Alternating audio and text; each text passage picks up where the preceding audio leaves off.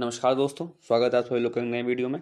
आज की इस वीडियो में हम लोग बात करेंगे कुछ ऐसे बहुत ही कॉमन सिली मिस्टेक्स की जो आपको प्रिपरेशन के टाइम अवॉइड करनी है। ठीक है, अगर आप नी 2025 को फोड़ना चाहते हो, अपनी सीट हासिल करना चाहते हो तो ठीक है।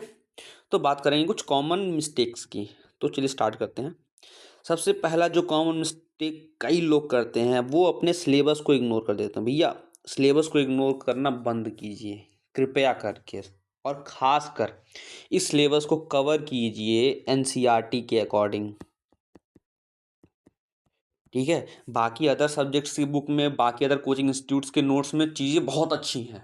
मैं ये नहीं कह रहा कि चीज़ें ख़राब दी हुई हैं, चीज़ें बहुत अच्छी हैं, बट वो एक लेवल से ज़्यादा हैं। ठीक, आपको उतना नहीं चाहिए भैया, आपको चाहिए एनसीईआरटी। ठीक, एनसीईआरटी पर फोकस बनाए रखो अपना। ठीक है, सभी सब्जेक्ट्स को कवर करो।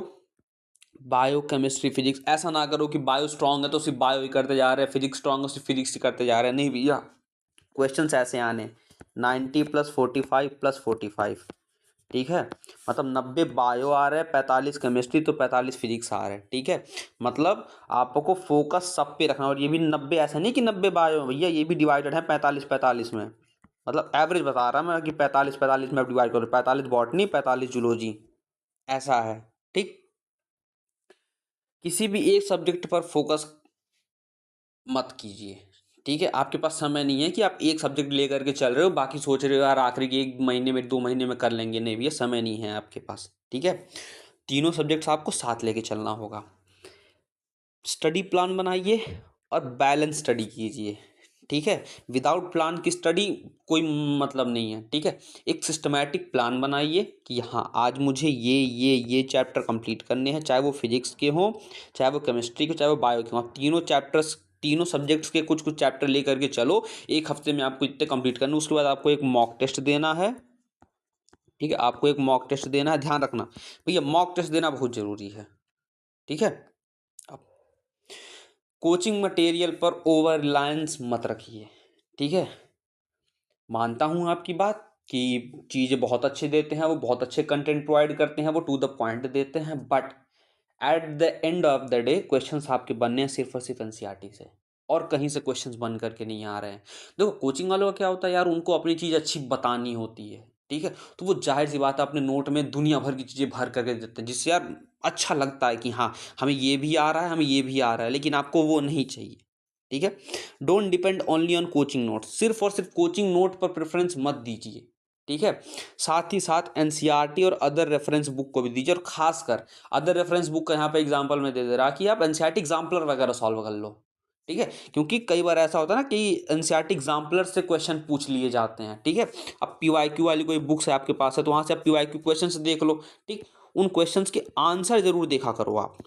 ठीक है, कि आपने जो मेथड अप्लाई किया है, क्या वो सेम मेथड उन्होंने अप्लाई किया है, और अगर नहीं तो जरा देखो उनका मेथड जो उन्होंने अप्लाई किया है, क्या वो ऐसा मेथड है कि वो टाइम बचा रहा है हमारा, मतलब टाइम सेविंग है। ठीक है, तो अपने मेथड्स को भी अपडेट किया करो आप। ठीक, मल्टीपल रिसोर्सेज से अपनी अंडरस्टैंडिंग को डीपेन कीजिए, और थोड़ी सी मतलब गहराई में चीज़ों को जानने की कोशिश कीजिए, ताकि अगर इन डेप्थ क्वेश्चन भी पूछे जा रहे हैं तो आप उन क्वेश्चंस का आंसर दे सको। ठीक, पास्ट पेपर्स की नेगलेक्टिंग बंद कर दो भैया। पास्ट पेपर का सीन ऐसा रहा है कि सेम टाइप के क्वेश्चन, या वो क्वेश्चन जिनमें सिर्फ डेटा चेंज होता है, ठीक, वो क्या करते हैं, कुछ नहीं करते, सिर्फ डेटा चेंज कर देते हैं, और सेम टाइप के क्वेश्चन उठा करके ला के पटक देते हैं भैया लो। ठीक है, तो इसीलिए प्रीवियस ईयर के क्वेश्चंस जरूर सॉल्व करें। ठीक, उनके थ्रू आपको अपना वीक एरिया पता चल जाएगा कि हाँ यार, इस टॉपिक का मेरा एरिया कमज़ोर है, इस टॉपिक के सवाल लगाने में मुझे दिक्कत हो रही है। ठीक, उन क्वेश्चन को फिर से आप एक बार रिवाइज कर लो, देख लो, उनके जो भी मेथड्स वगैरह हैं वो देख लो आप। ठीक, वीकली टाइम सेट कर लो आप कि यार मुझे इस हफ्ते में इतने पास्ट ईयर के पेपर लगाने हैं।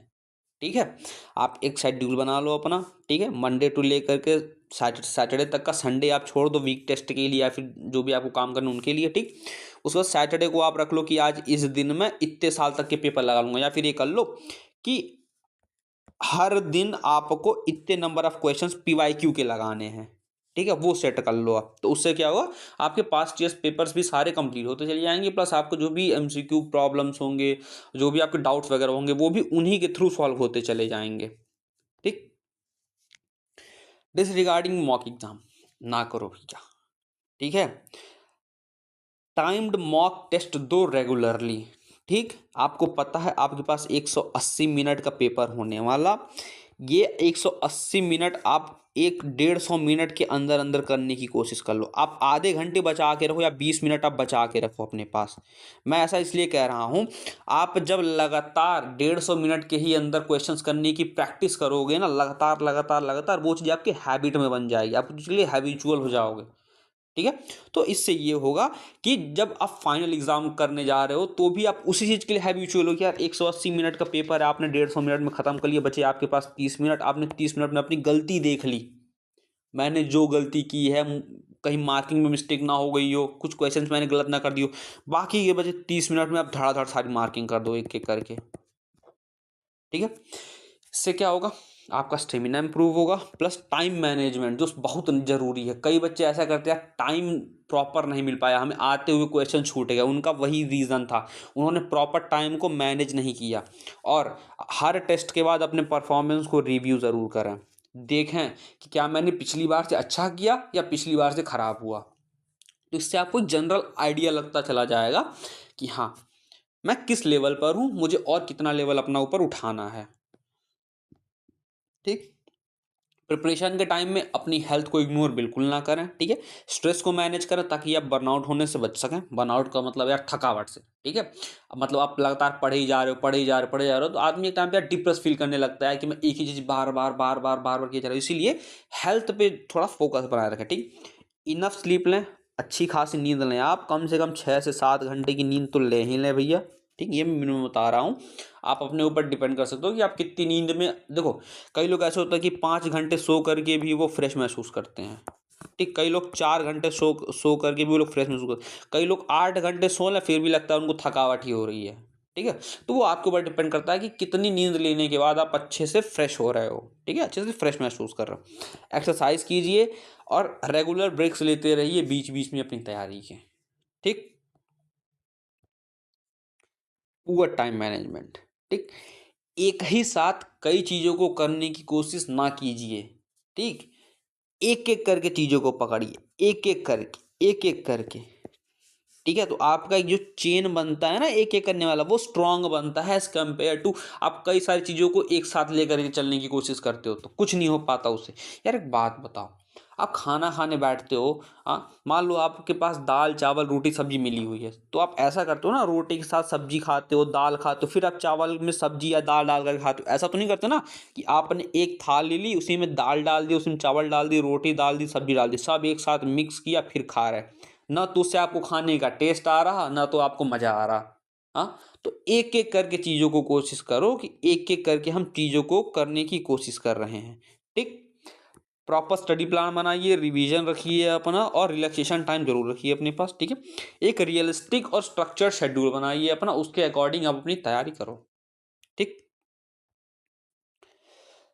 लैक ऑफ सेल्फ इवैल्यूएशन, ये बहुत बड़ी गलती है बच्चों की, कि वो क्या करते हैं कि टेस्ट देते चले आते हैं लेकिन उन मिस्टेक्स को एनालाइज नहीं करते, उन मिस्टेक्स को इवैल्यूएट नहीं करते कि उन्होंने कहाँ गलती की है, और उन गलती से सीखते नहीं हैं भैया। एक कोट है, आपने अगर गेम ऑफ थ्रोन्स देखी, उसमें एक कैरेक्टर है कि अगर आप अपनी गलतियों से सीखते नहीं हो तो फिर आपने कोई सीखा नहीं है, ठीक है। अगर सबसे बड़ा कोई टीचर है ना तो वो मिस्टेक्स होती हैं, फेलियर होता है, ठीक। फेलियर से बेटर आपको कोई कुछ सिखा नहीं सकता, ठीक है। तो वैसे ही अब जितनी गलती करोगे उतना ही आप सीखोगे कि आगे गलती ना करें हम, ठीक। तो अपनी गलती गलती करो, ठीक। मैं कह रहा गलती करो, लेकिन उन गलतियों से भैया सीखो तो कुछ, कम से कम कुछ। अगर आप उन गलतियों को सीख ही नहीं रहे हो फिर उन गलतियों को दोहरा रहे हो तो ये मूर्खता है आपके लिए, ठीक है। अपने प्रोग्रेस को ट्रैक करो, स्टडी प्लान को एडजस्ट करो, क्विजेस दो, ठीक। और कुछ ऐसे मेथड्स अपने बना लो कि जिससे आप सेल्फ चेक कर सको, ठीक है। एट द एंड कंक्लूजन यही कहना चाहूँगा मैं, स्ट्रक्चर्ड और बैलेंस स्टडी प्लान बनाइए, डाइवर्स स्टडी रखिए, रिसोर्सेज की, क्वेश्चन पेपर्स की प्रैक्टिस कीजिए, अपने हेल्थ सेल्फ असेसमेंट पर ध्यान दीजिए, कंसिस्टेंट रहिए और ऑर्गेनाइज्ड बने रहिए, और all the best for your need. भैया इसके साथ मिलते हैं आपसे अगले वीडियो में।